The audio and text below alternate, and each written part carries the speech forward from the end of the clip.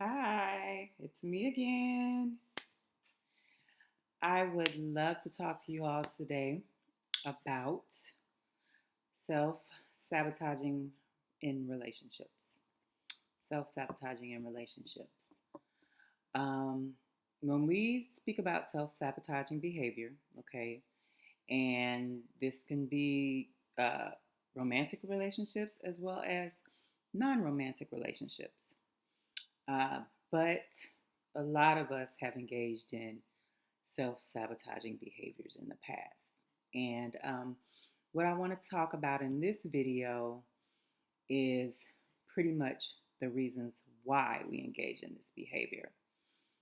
Because as it relates to doing the work and getting better and overcoming and paving a new way forward, we we want solutions, but we also want to delve into the reasons why, and why are we continuing to engage in these behaviors. So that, because once you know the why, then it's like, oh, okay, it all makes sense. And then it all begins to come together. So, just for some concrete examples, I'm going to give some examples that are probably going to relate more to romantic relationships, but as I stated, this goes for, you know, self sabotaging in all types of relationships. But just for um, just for a base, so that we're all clear and all on the same page, and so that I can share some concrete examples.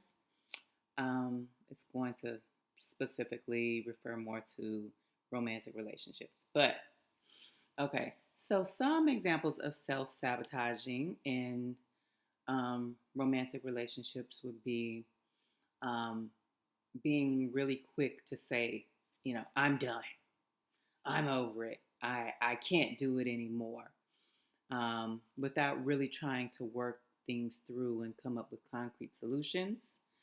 Um, and just avoiding confronting issues altogether, running away, walking away, leaving and staying away for hours or days in some cases.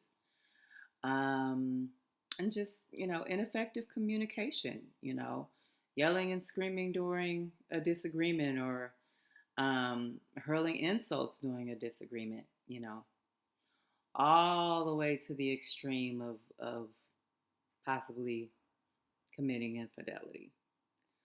So, those are some examples of self sabotaging in relationships. Um, so, what are the reasons? Why do people engage in this behavior? And I would say that, there could be various reasons, but I would say that there are three main reasons why people engage in self sabotaging relationships. And the first reason being fear of being hurt, fear of being rejected. Nobody wants to feel hurt.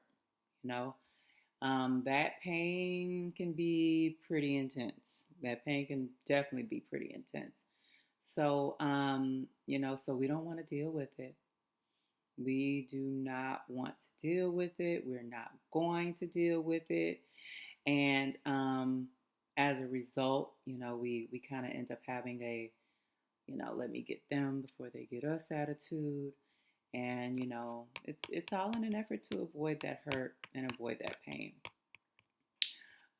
Another reason why we engage in self sabotaging our relationships would be just fear of being vulnerable. We don't want anyone to see our insecurities. We don't want anyone to see our hurt, our pain, our fears. Um, we don't want anyone seeing us emotionally naked, so to speak. So once again, in an effort to avoid, we do whatever we can to not have to deal with it, which which results in uh, self-sabotaging, self-defeating behaviors. And another reason why we engage in self-sabotaging our relationships is simply just being triggered, being triggered by past hurts.